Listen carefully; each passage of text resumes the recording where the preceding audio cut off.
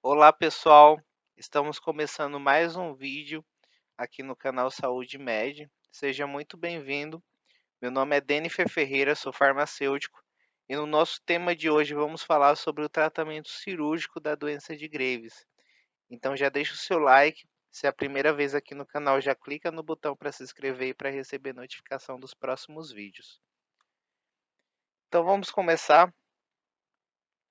Eh, então a tireoidectomia subtotal, ou seja, a remoção parcial da glândula tireoide, é uma forma bem estabelecida e eficaz da terapia para a doença de Graves. Obviamente, é eficaz desde que o paciente ele tenha sido adequadamente preparado para a cirurgia. Então, nas mãos de profissionais bem experientes e qualificados, o risco de hipoparatiroidismo ou lesão nervosa recorrente é inferior a 1%. Então, existem os sintomas pós-cirúrgicos, né, como desconforto, que é o mais comum, a, tem a incapacidade transitória, que é, né, comum da cirurgia também. Ela pode ocorrer, mas os benefícios do alívio rápido da doença de Graves acaba compensando todos esses sintomas pós-cirúrgicos. Inclusive, em algumas clínicas, é a terapia padrão para a maioria dos adultos jovens do sexo masculino, principalmente se houve tentativa de tratamento com medicamentos antitireoidianos. Já a tireoidectomia total, ou seja, a remoção total da glândula, ela pode ser preferida nos pacientes com a doença ocular grave ou níveis elevados do anticorpo antirreceptor de TSH, que é o TRAB, né? Porque a remoção total ajuda na melhora da doença ocular e também reduz a incidência de recorrência. Muito importante aqui, gente, é que assim como qualquer método de tratamento, o médico em conjunto com o paciente, é importante que o médico em conjunto com o paciente debatam e decida qual é a abordagem de tratamento que será utilizada. É óbvio que para cada abordagem existem os riscos, existem as contraindicações e também nem sempre a escolha ela será a mais racional possível. Mas essa interação entre o paciente e o médico é de extrema importância para a adesão e sucesso do tratamento. Tá? Então, as indicações para o tratamento cirúrgico, né? Existem três indicações principais. A primeira delas é quando o paciente ele não responde ao tratamento medicamentoso antitiroidiano de longo prazo, ou pacientes que desenvolvem reação adversa ao medicamento e por algum motivo é contraindicado o tratamento com iodo radioativo. Tá? Se você não sabe quais são as contraindicações para o iodo radioativo, eu vou deixar o link na descrição do vídeo onde comentamos sobre o tratamento com iodo radioativo. Tá? Então acesse lá para vocês conferirem. Também é indicado o tratamento cirúrgico em pacientes com glândulas muito grandes, e nesses casos é comum não haver uma regressão adequada quando você trata com iodo radioativo, então por isso a cirurgia é uma opção. Também é indicado em pacientes com nódulos tiroidianos que levantam suspeitas de carcinoma. Carcinoma é um tipo de câncer, então por esse motivo é totalmente indicado o tratamento cirúrgico. Tá? A cirurgia também pode ser indicada como tratamento de pacientes idosos com tempestade tireoidiana ou insuficiência cardiorrespiratória, quando eles não respondem rapidamente ao tratamento médico intensivo. Tá? Então, numa emergência de hipertireoidismo, se não houve a resposta ali clínica com os medicamentos, uma cirurgia, né, apesar de ser mais arriscada, pode ser uma opção nesse tipo de pacientes. Também pode ser indicado como tratamento com iodo radioativo ele está associado à exacerbação da oftalmopatia. A cirurgia ela pode ser um tratamento de escolha nesses casos. Tá? As contraindicações da cirurgia. A cirurgia da glândula tireoide ela é contraindicada em casos de cirurgia prévia, né, da tireoide. Isso acontece, essa contraindicação acontece devido ao alto risco de recorrência da doença de Graves, do hipertireoidismo, tá? Também do próprio bócio, né? Ele pode crescer novamente. Existe a contraindicação também, ele é contraindicado em casos de doença pulmonar ou doença cardíaca grave. Também é contraindicada nos casos da falta, né, do próprio profissional, ali de um bom cirurgião de cabeça e pescoço, né, ali com experiência, bem qualificado. E também é contraindicado nos casos de gravidez no terceiro trimestre. Isso porque a anestesia e a cirurgia ela pode induzir parto prematuro. Nos casos de doença de Graves, onde tem bócio e aonde o paciente apresenta altos níveis de hormônio tiroidiano, tanto do T3 como do T4, eles precisam de uma preparação prévia para a cirurgia, tá? Então, o tiamazol ou o propiltioracil, ele pode ser administrado até o paciente ter níveis hormonais, níveis normais de hormônio tiroidiano. E lembrando que o tiamazol ele deve ser um medicamento de primeira linha.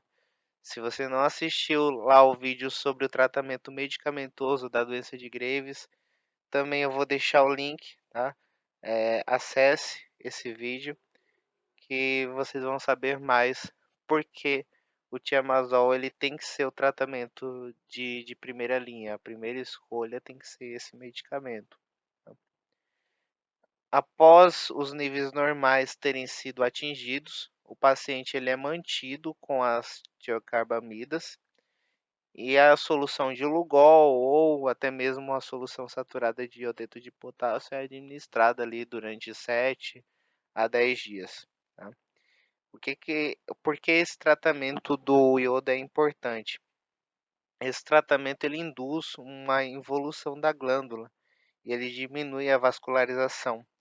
Isso é algo que os cirurgiões ele consideram muito útil na remoção da tireoide. Tá? Fica facilitando, evita complicações, evita sangramento excessivo. E algo que é muito importante é que o iodeto ele deve ser administrado apenas enquanto o paciente estiver sob os efeitos dos medicamentos antitireoidianos. Caso contrário, o iodeto ele pode levar até mesmo à exacerbação do hipertireoidismo. Então, o pré-tratamento ele leva o paciente às condições ideais para o procedimento cirúrgico. Geralmente, com esse pré-tratamento, o paciente ele ganhou peso, o estado nutricional foi melhorado e também as manifestações cardiovasculares da doença estão sob controle. Então, isso permite um estado favorável para a realização da cirurgia. E em casos de reações leves aos medicamentos, os medicamentos eles podem ser mantidos ou até mesmo ser trocados por outra tiocarbamida, como a gente viu já no vídeo, né, do tratamento medicamentoso. E em caso de reações graves, é, é interessante ali avaliar se outra linha de tratamento ela pode ser viável, né? Obviamente, em alguns casos, né, outras opções de tratamento ela pode não ser viável. Então, existe uma outra opção que é utilizar o iodeto associado ao propanolol e realizar a cirurgia. Mas aí precisa ter atenção, porque esse protocolo ele só pode ser utilizado em pacientes jovens com doença leve e também não é recomendado como um protocolo padrão. Ele é uma exceção. Em relação às técnicas cirúrgicas, a operação padrão é a remoção parcial, né? Então é a tireoidectomia subtotal. A anestesia geral é a padrão, mas também alguns cirurgiões optam pelo bloqueio do plexo cervical ou mesmo a cirurgia ambulatorial. Então, nesse método da remoção parcial, a quantidade de tecido deixado para trás é cerca de 4 a 10 gramas. Mas, na verdade, também essa quantidade ela é muito variável. Alguns médicos também defendem a remoção total da glândula tireoide, com o objetivo de reduzir as taxas de recorrência, e essa abordagem ela pode reduzir a autoimunidade antitireoidiana, reduz a chance de exacerbação da oftalmopatia, né. Só para vocês terem a ideia, os pacientes tratados com a remoção total, que alcança a cura permanente do hipertireoidismo, é extremamente alta, varia ali em torno de 90 a 98% dos pacientes, então por isso que existe essa preferência de alguns profissionais pela remoção total, tá. Em relação às complicações cirúrgicas, então as taxas de complicações atualmente elas são baixas, né. O que é mais comum, o hipoparatiroidismo é a principal complicação crônica que é indesejável, né. Essa complicação ela requer, supervisão médica e ela requer muitas vezes tratamento para toda a vida, tá.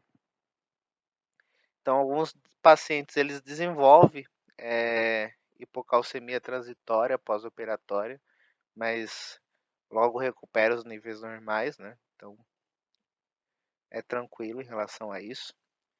Também pode ocorrer paralisia unilateral das pregas vocais, raramente causa mais do que uma rouquidão ou uma voz enfraquecida, mas a lesão bilateral ela pode levar a danos permanentes na voz, tá, mesmo depois de uma cirurgia corretiva. Também pode ocorrer lesões nervosas recorrentes, que pode estar associada a comprometimento respiratório grave na presença de um processo inflamatório agudo, por exemplo, e que pode ser até fatal. Mas essas complicações nas pregas vocais e no nervo recorrente é extremamente rara. Então, no geral, a cirurgia é muito segura. Também pode ocorrer hipotiroidismo, é muito comum a ocorrência do hipotiroidismo transitório, tá, mas é um problema sem grandes complicações também, porque esse hipotiroidismo, seja ele transitório, seja ele permanente, ele pode ser facilmente controlado com o hormônio tiroidiano. No pós-operatório, no pós-operatório imediato, os pacientes eles devem ser acompanhados bem de perto, tá? Preferencialmente esses pacientes deve ter um enfermeiro bem próximo ali, a equipe de saúde bem próxima dele, ou um membro da família que fique em alerta nas primeiras 24 horas, tá. Também é importante ter à beira lá do leito um conjunto de traqueotomia, né, o cloreto de cálcio ou gluconato de cálcio para infusão, porque nas primeiras 24 horas existe o risco de hemorragia, e se essa hemorragia ela não for detectada, ela pode levar o paciente à asfixia, tá. Então, hoje em dia se usa os drenos, né, com sucção constante, e isso ajuda a proteger contra esse problema da asfixia. A hipocalcemia transitória, ela é comum, tá, e nesses casos a suplementação de cálcio oral ou intravenoso é suficiente para a maioria dos casos para controlar esses sintomas, tá. Então o cálcio ele pode ser administrado lentamente por via intravenosa, como o gluconato de cálcio ou o cloreto de cálcio. As doses elas variam ali em torno de 500 miligramas a 1 grama a cada 4, 8 horas. Na verdade, essa dose ela vai ser definida mediante, né, a observação clínica, obviamente, do paciente e a determinação do cálcio através dos exames laboratoriais. Mas a média é essa, de 500 a 1 grama de cálcio a cada 8 horas. Em relação à reposição hormonal com tiroxina, quando a remoção ela é parcial da glândula tireoide, a reposição com levotiroxina ela pode não ser necessária. Na verdade, na maioria das vezes, ela não é necessária. Só para vocês terem uma ideia, ali em torno de 50 a 70% dos pacientes com remoção parcial da tireoide, a glândula residual é totalmente capaz de formar quantidade de hormônio suficiente para prevenir hipotireoidismo clínico transitório, tá? Agora sim, se a remoção total da tireoide acontecer, então nesses casos a tiroxina ela deve ser adicionada já de imediatamente, né? A dose padrão ela é em torno de 1 micrograma por quilo de massa magra, tá? Mas obviamente vai variar também, né? Os níveis de T4 eles precisam ser verificados a cada 2 semanas para realizar os ajustes, né? E o paciente ele precisa estar ciente de que esse tratamento será para a vida inteira. E mais uma vez eu volto. Por isso que é importante o médico e o paciente definir o seu tratamento, tá? O paciente ele tem que estar ciente, porque ele não pode deixar, nesses casos aqui da remoção total, ele não pode deixar de usar o medicamento, tá? Para a vida inteira. Além disso, a avaliação médica ela deve ser feita de forma regular para avaliar se as doses estão sendo suficientes para repor o hormônio tiroidiano de forma adequada. E é isso, pessoal. Então, com esse vídeo, nós concluímos a nossa série sobre a doença de Graves. Semana que vem vamos tratar sobre um novo assunto. Então, se você gostou, deixe o seu like, se inscreva no canal, deixe o seu comentário que é muito importante. E se tiver qualquer dúvida, pode deixar nos comentários que na medida do possível estarei respondendo. Lembrando que temos mais vídeos no canal, então acesse, assista os outros vídeos. Então, até semana que vem, pessoal. Um abraço a todos e tchau, tchau.